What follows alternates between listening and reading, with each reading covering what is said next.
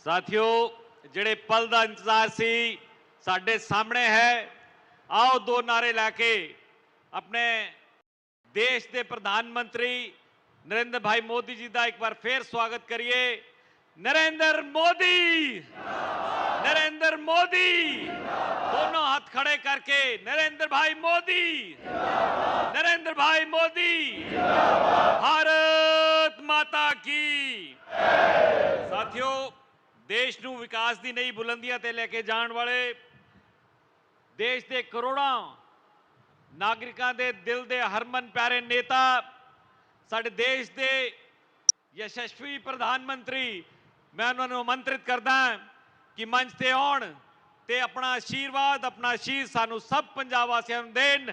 नरेंद्र भाई मोदी, जोरदार तालियां नाल स्वागत।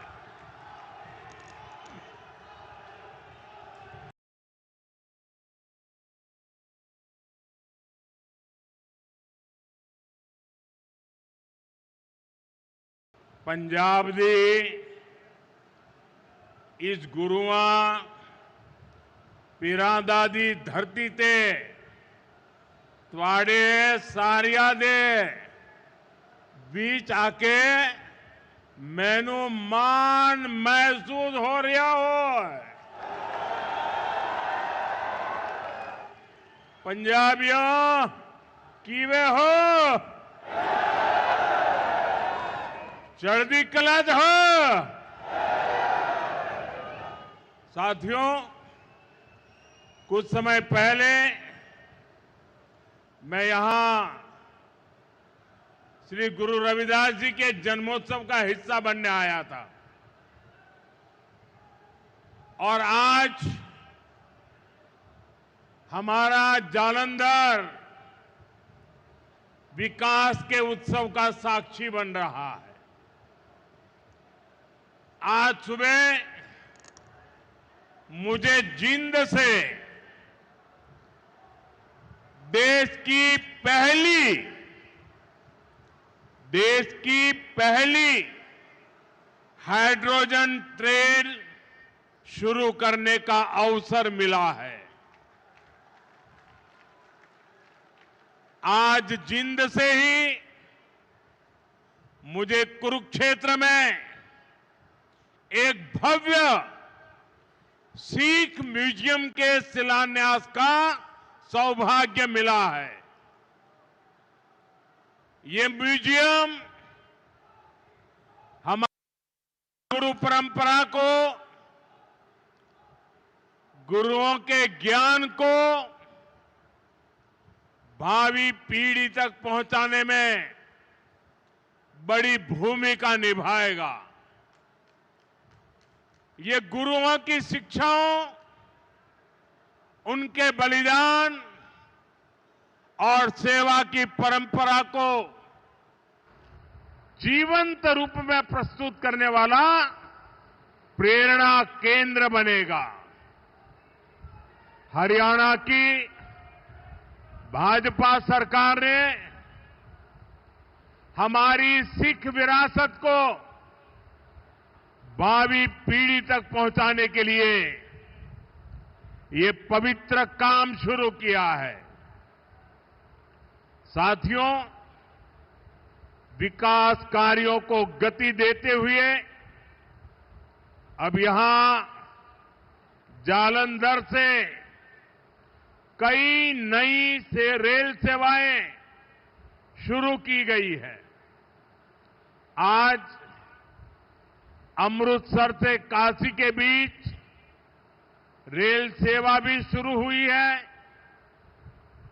इससे गुरु रविदास जी के भक्तों के लिए पंजाब से काशी जाना और अधिक आसान हो जाएगा। आज दौलतपुर चौक और करतौली के बीच नई लाइन भी शुरू हुई है। करतौली से अंबाला के बीच नई रेल सेवा को भी हरी झंडी दिखाई गई है। साथियों, आज ही लुधियाना बाईपास का शिलान्यास, दिल्ली अमृतसर कटरा एक्सप्रेसवे के एक और सेक्शन का लोकार्पण हुआ है। मैं ऐसे हर प्रोजेक्ट के लिए देशवासियों को और खास तौर पर पंजाब के मेरे भाई बहनों को बहुत बहुत बधाई देता हूं। आज भारत सरकार कनेक्टिविटी के, इंफ्रास्ट्रक्चर के अनेक ऐसे प्रोजेक्ट पर पंजाब में काम कर रही है।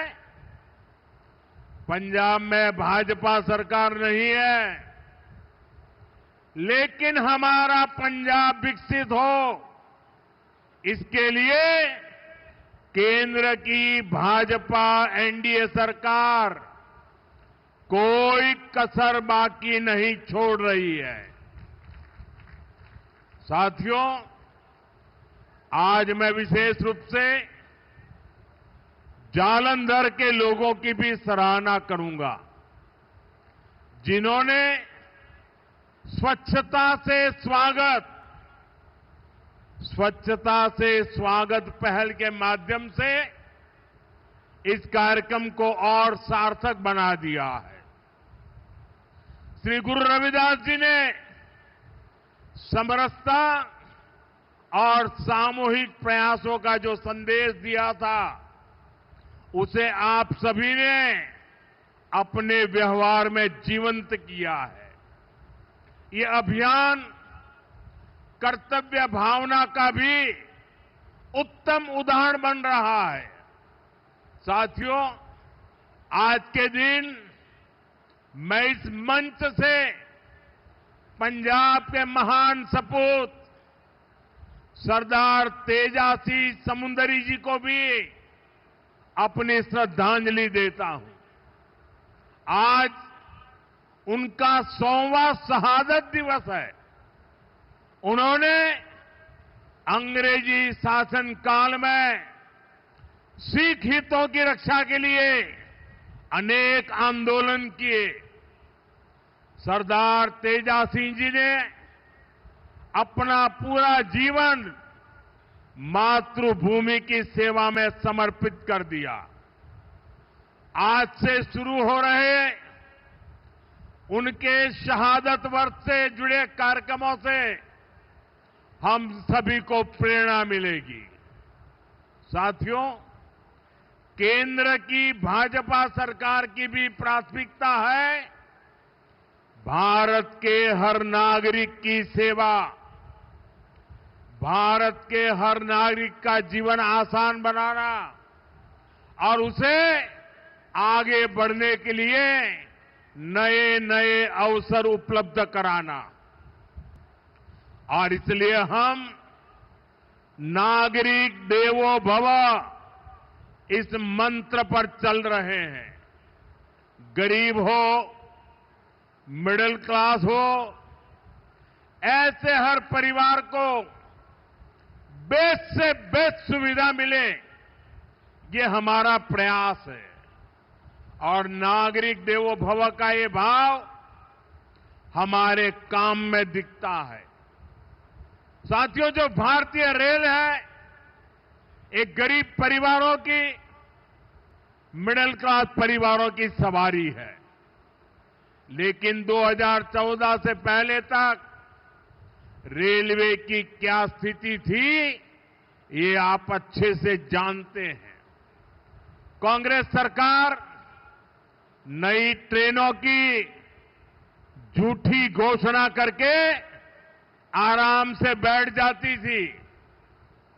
हमारे जो रेलवे स्टेशन है, इनको तो कांग्रेस ने अपने हाल पर छोड़ दिया था। यहां तक कि अंग्रेजों के जमाने में जो स्टेशन बने थे, उनकी सूद लेने वाला भी कोई नहीं था। साथियों, भारतीय रेल का नेटवर्क इतना विशाल है कि रोज उसमें जितने यात्री सफर करते हैं उतनी तो कई देशों की आबादी भी नहीं है। रेलवे के विकास के जो काम आज हो रहे हैं ये 30-40 वर्ष पहले हो जाने चाहिए थे, लेकिन पहले की सरकारों की प्राथमिकता में ये काम था ही नहीं। गरीब और मिडिल क्लास को भी सुविधा चाहिए, इनको भी साफ सफाई चाहिए, इनके समय की भी एक वैल्यू है। ये पहले की सरकारें चर्चा तक नहीं करती थी। साथियों, ऐसी सोच से विकसित भारत नहीं बन सकता था। इसलिए बीते वर्षों में भाजपा सरकार ने स्थितियों को बदलना शुरू किया। आज पूरे देश में रेलवे स्टेशनों का कायाकल्प किया जा रहा है। अमृत भारत स्टेशन स्कीम के तहत 1300 से ज्यादा रेलवे स्टेशन को आधुनिक बनाया जा रहा है और इनमें से कई स्टेशन पर काम पूरा हो चुका है। आज ऐसे ही 75 स्टेशन का लोकार्पण किया गया है। साथियों, जब आप यहां जालंधर कैंट स्टेशन में जाएंगे तब आपको एहसास होगा कि वाकई हमारा देश विकसित राष्ट्र बनने की ओर बढ़ रहा है। ये केवल स्टेशन नहीं है, ये एक प्रकार से सिटी सेंटर है। जालंधर कैंट स्टेशन आधुनिक भी हुआ है और उसकी कैपेसिटी भी बहुत बढ़ गई है।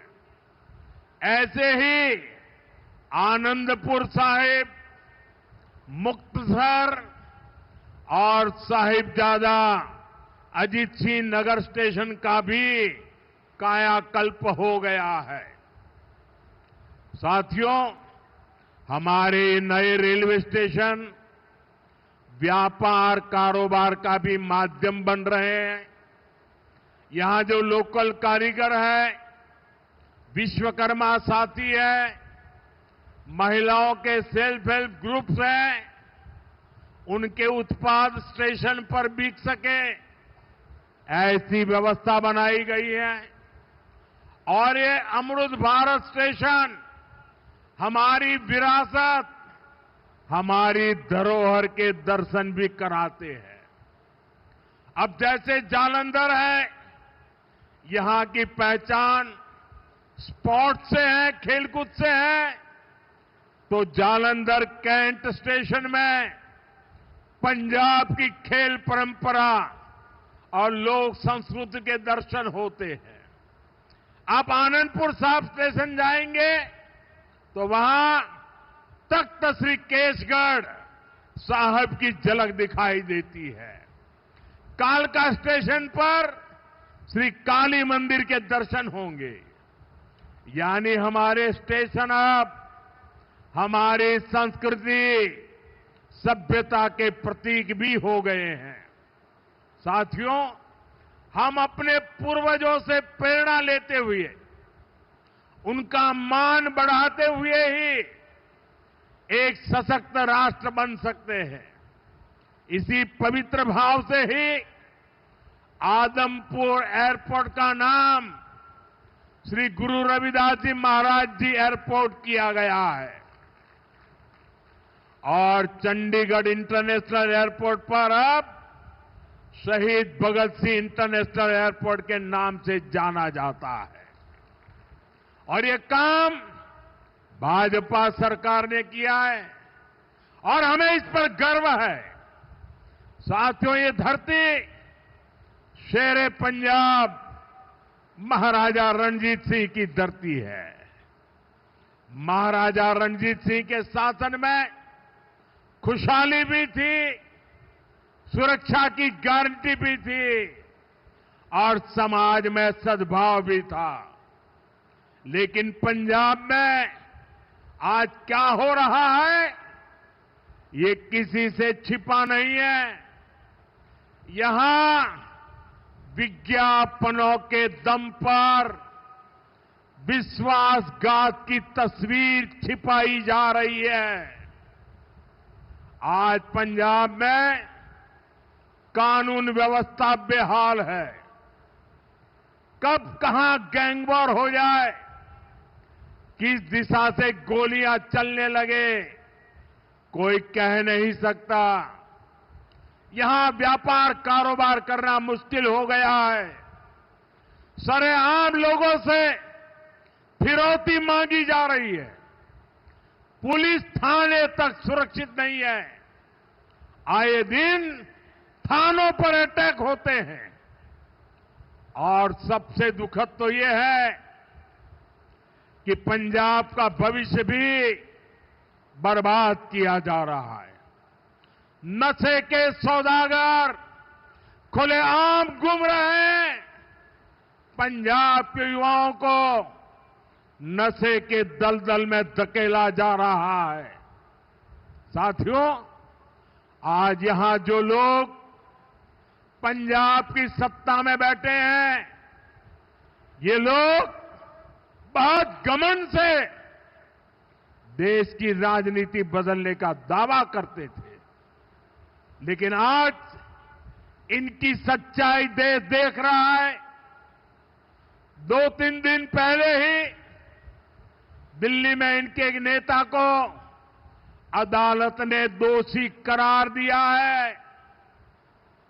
उस पर दोष दंगे कराने का है, दोष एक पुलिस के आईबी अधिकारी की हत्या का है। और इन लोगों की बेशर्मी देखिए, अदालत ने सबूतों के आधार पर फैसला दिया, लेकिन ये लोग कोर्ट के फैसले पर सवाल उठा रहे हैं।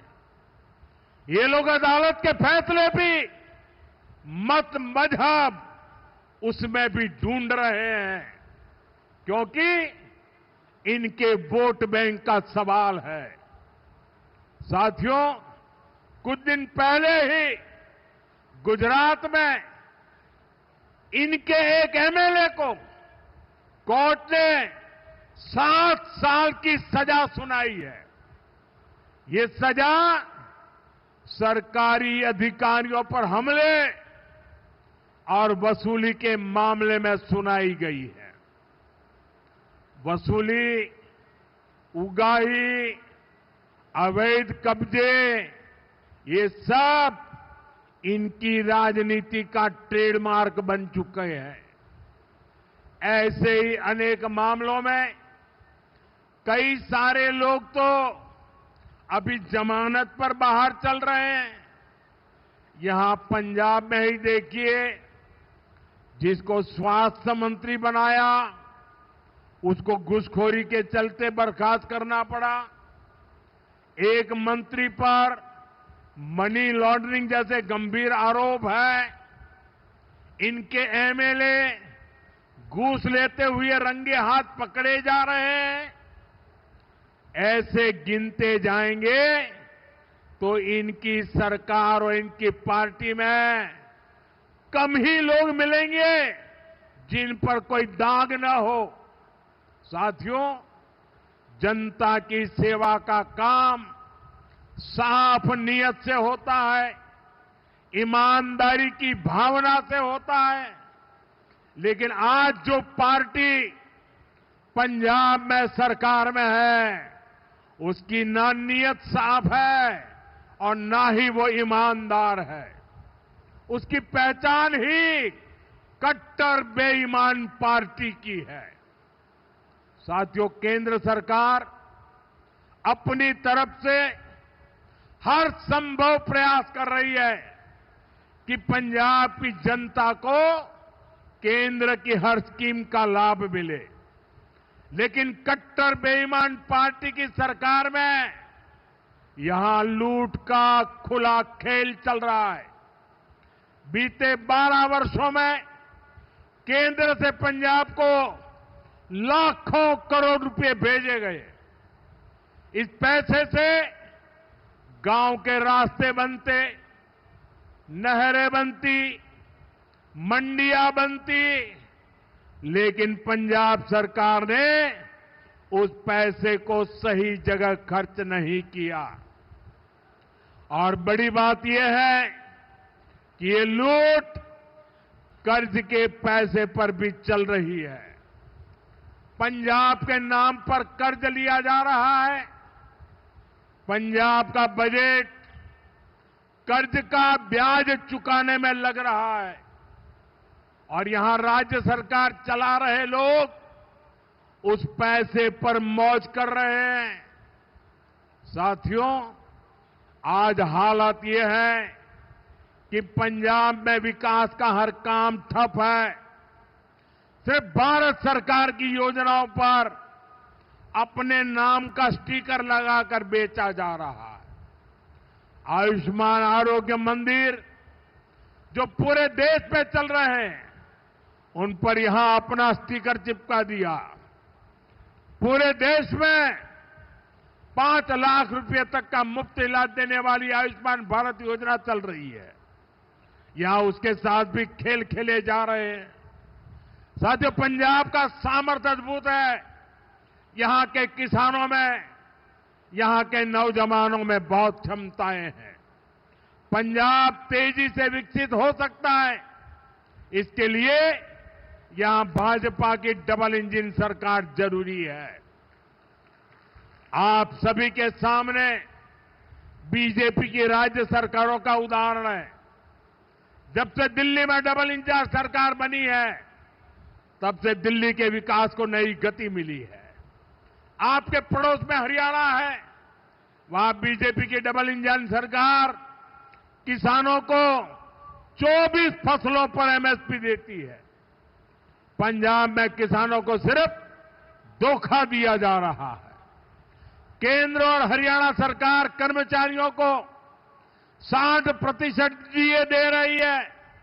यहां 60% तो छोड़िए, जो मिल रहा है उसकी भी कोई पक्की गारंटी नहीं है। कर्मचारियों को अपना हक पाने के लिए भी धरना देना पड़ता है और बहनों बेटियों की पीठ पर तो इन्होंने छुरा भोंका है।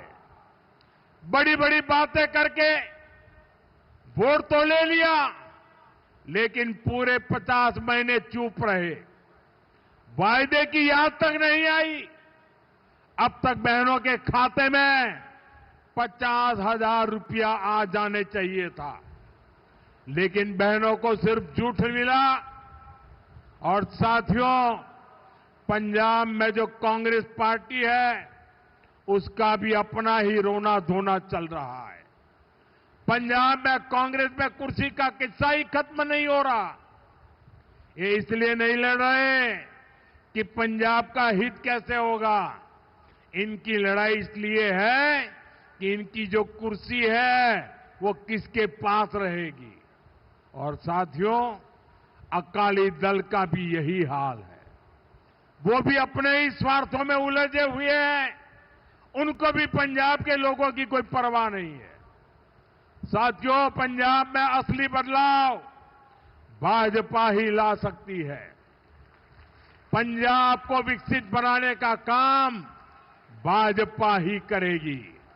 पंजाब को आत्मनिर्भर बनाने का काम भाजपा ही करेगी।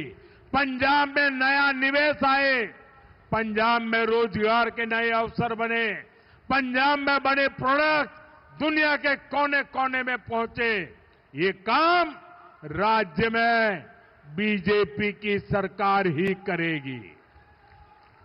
साथियों, आज जालंधर आया हूं तो पंजाब के युवाओं से और जो खेलकूद की दुनिया में है, स्पोर्ट्स फील्ड में है, उनसे विशेष तौर पर अपनी बात कहूंगा। मुझे पंजाब के युवाओं के सामर्थ्य पर बहुत भरोसा है। हमने देखा है कि खेल के मैदान में पंजाब के युवा कैसे भारत की आन बान शान को ऊंचा रखते हैं। आज स्पोर्ट्स के गुड्स के लिए मशहूर इस शहर से मैं पूरे पंजाब के युवा साथियों से कहना चाहता हूं, ये आपके लिए अवसरों का समय है। खेलो इंडिया अभियान आपके लिए चलाया गया है। खेलो इंडिया स्पोर्ट्स पॉलिसी आपके लिए लाई गई है। आज भारत में नई स्पोर्ट्स इकोनॉमी विकसित की जा रही है। इस नई इकोनॉमी के केंद्र में जालंधर का स्पोर्ट्स मैन्युफैक्चरिंग इकोसिस्टम है। इस नई इकोनॉमी के केंद्र में कोच है, स्पोर्ट्स मेडिसिन है, स्पोर्ट्स साइंस है, स्पोर्ट्स यूनिवर्सिटीज है, सेंटर ऑफ एक्सीलेंसी है, स्पोर्ट्स स्टार्टअप्स है। साथियों, अभी मैं ऑस्ट्रेलिया और न्यूजीलैंड गया था। वहां इस विजन को लेकर काफी सारे समझौते हुए। मैं सभी युवाओं से कहूंगा, आप स्पोर्ट्स से जुड़िए, स्पोर्ट्स की दुनिया में अपना परचम लहराइए। हमारी सरकार हर तरह से आपके साथ है। साथियों, हमें पंजाब की आन बान शान को नई ऊंचाई पर ले जाना है। हमें पंजाब का नया भविष्य बनाना है। मोदी हरदम, हर पल पंजाब के लोगों के साथ है।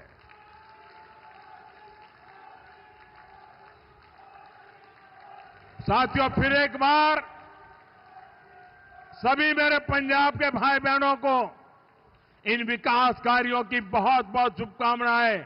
मेरे साथ पूरी ताकत से बोलिए, भारत माता की, भारत माता की, भारत माता की, भारत माता की।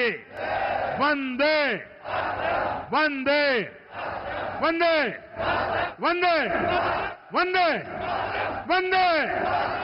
बहुत बहुत धन्यवाद। बहुत धन्यवाद नरेंद्र मोदी जी। आओ सब जोरदार नारे ਨਾਲ ਉਹਨਾਂ ਦਾ ਧੰਨਵਾਦ ਕਰੀਏ।